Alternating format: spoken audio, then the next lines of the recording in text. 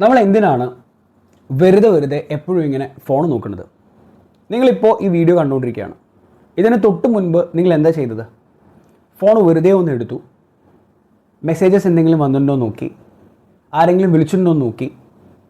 ഒരു നോട്ടിഫിക്കേഷൻസും ഒന്നുമില്ലെങ്കിലും നമ്മൾ സ്ക്രോൾ ചെയ്യാൻ കണ്ടിന്യൂ ചെയ്ത് പോകും. ചിലപ്പോൾ പോക്കറ്റിൽ കിടക്കുന്ന ഫോണ് വൈബ്രേറ്റ് ചെയ്ത പോലെ തോന്നും. എടുത്ത് നോക്കുമ്പോൾ ഒരു നോട്ടിഫിക്കേഷൻസും ഒന്നും ഉണ്ടാവില്ല. എപ്പോഴെങ്കിലും നിങ്ങൾ ചിന്തിച്ചിട്ടുണ്ടോ ഒരാവശ്യവുമില്ലാതെ നമ്മൾ എന്തിനാണ് ഇങ്ങനെ ഇടയ്ക്കിടയ്ക്ക് ഫോൺ നോക്കുന്നതെന്ന്? ഈ മൊബൈൽ ആപ്സ് മുഴുവൻ നമ്മളുടെ ബ്രെയിനിനെ ഹൈജാക്ക് ചെയ്തിരിക്കുകയാണ്. ഇതിനെപ്പറ്റി പ്രധാനപ്പെട്ട 3 കാര്യങ്ങളാണ് ഞാൻ ഇന്ന് സംസാരിക്കുന്നത്. വളരെ സിമ്പിളായിട്ടുള്ള 3 കാര്യങ്ങൾ. Cues, anticipation, variable rewards. സൂചനകൾ, പ്രതീക്ഷ, പ്രതിഫലം. ആദ്യത്തെ കാര്യം ക്യൂസ് അഥവാ സൂചനകൾ. നിങ്ങൾ വെറുതെ ഇരിക്കുമ്പോൾ ഫോണിൽ ഒരു നോട്ടിഫിക്കേഷൻ സൗണ്ട് വന്നു കഴിഞ്ഞാൽ, സ്ക്രീൻ ലൈറ്റ് വന്നാൽ നിങ്ങളുടെ കൈ അറിയാതെ ഫോണിലേക്ക് പോകും. ഇതിനെ എക്സ്റ്റേണൽ ക്യൂസ് എന്നാണ് പറയുക. എന്നാൽ അതിലും ഡേഞ്ചറാണ് ഇൻറ്റേർണൽ ക്യൂസ്, നമ്മുടെ ഉള്ളിൽ നിന്ന് വരുന്ന സൂചനകൾ. ഫോർ എക്സാമ്പിൾ, നിങ്ങളൊരു ലിഫ്റ്റിൽ കയറി, കുറേ പരിചയമില്ലാത്ത ആൾക്കാരുണ്ട്.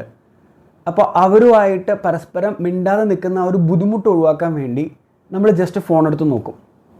അതും അല്ലെങ്കിൽ നിങ്ങൾ ബാത്റൂമിൽ പോയിരിക്കുകയാണ്, 5 സെക്കൻഡ് ഒന്നും ചെയ്യാതെ ബോറടിച്ചിരുന്ന് കഴിഞ്ഞാൽ അപ്പോൾ ഫോൺ എടുക്കും, സ്ക്രോൾ ചെയ്യാൻ തുടങ്ങും.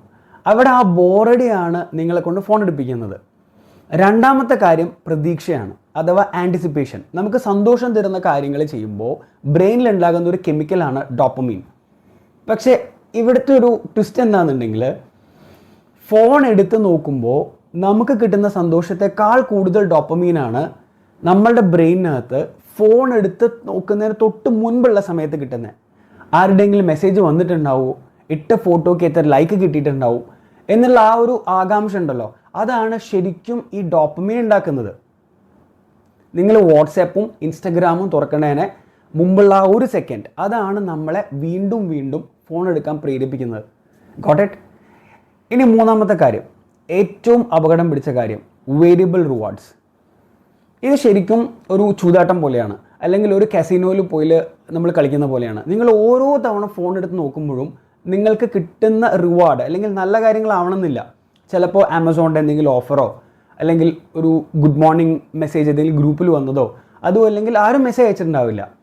പക്ഷേ ചില സമയത്ത് ഫോൺ എടുത്ത് നോക്കുമ്പോൾ നിങ്ങൾക്ക് ഏറ്റവും ഇഷ്ടപ്പെട്ട ഒരാൾ മെസ്സേജ് അയച്ചിട്ടുണ്ടായിരിക്കാം. ഇങ്ങനെ ഓരോ തവണ മാറി മാറി വരുന്ന റിസൾട്ട് നമുക്കിതിനെ അഡിക്റ്റ് ആക്കും. ഓരോ തവണ ഫോൺ എടുത്ത് നിങ്ങൾ നോക്കുമ്പോഴും നല്ല മെസ്സേജ് മാത്രം വന്നേ വിചാരിക്കുക, നിങ്ങൾക്ക് ഉറപ്പായിട്ടും ബോറടിക്കും.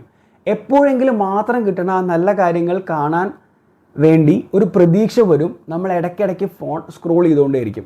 നിങ്ങൾ ഇൻസ്റ്റഗ്രാമിൽ താഴേക്ക് വലിച്ച് റിഫ്രഷ് ചെയ്യുമ്പോൾ ഇത് തന്നെയാണ് സംഭവിക്കുന്നത്. അത് ശരിക്കും ഒരു സ്ലോട്ട് മെഷീൻ പോലെയാണ് വർക്ക് ചെയ്യുന്നത്.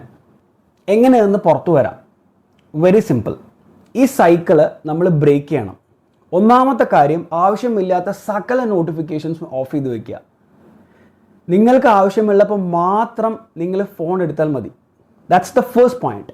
രണ്ടാമത്തെ കാര്യം, പഠിക്കുമ്പോഴോ വളരെ പ്രധാനപ്പെട്ട ജോലികൾ ചെയ്യുമ്പോഴോ ഫോൺ വേറെ റൂമിലേക്ക് വെക്കുക. കാരണം ഫോൺ നിങ്ങളുടെ അടുത്തുണ്ടെങ്കിൽ നിങ്ങളുടെ ചെറിയൊരു ശതമാനം ശ്രദ്ധ ആ ഫോണിലായിരിക്കും ഉണ്ടാവുക. എപ്പോഴാണ് ഒരു നോട്ടിഫിക്കേഷൻ വരിക എന്നുള്ളത് ബ്രെയിൻ എപ്പോഴും ഇങ്ങനെ കാത്തിരിക്കുകയായിരിക്കും. അടുത്ത തവണ ഒരാവശ്യമില്ലാതെ ഫോൺ എടുക്കുന്ന സമയത്ത് 1 സെക്കൻഡ് പോസ് ചെയ്യുക. എന്നിട്ട് നിങ്ങളോട് തന്നെ ചോദിക്കുക, ഞാൻ എന്തിനാണ് ഇപ്പോൾ ഈ ഫോൺ എടുത്തത്? എനിക്ക് ശരിക്കും ഇതിൻ്റെ ആവശ്യം ഇപ്പോൾ ഉണ്ടോ? ആ ക്വസ്റ്റ്യൻ ആൻസർ ചെയ്തതിന് ശേഷം മാത്രം മുന്നോട്ട് പോവുക. Because your time is in your hands. അത് ഒരു ചെറിയ സ്ക്രീനിന് മുന്നിൽ വെറുതെ കളയേണ്ടതല്ല. That's very precious. Think. I will come up with next video. Thanks for watching.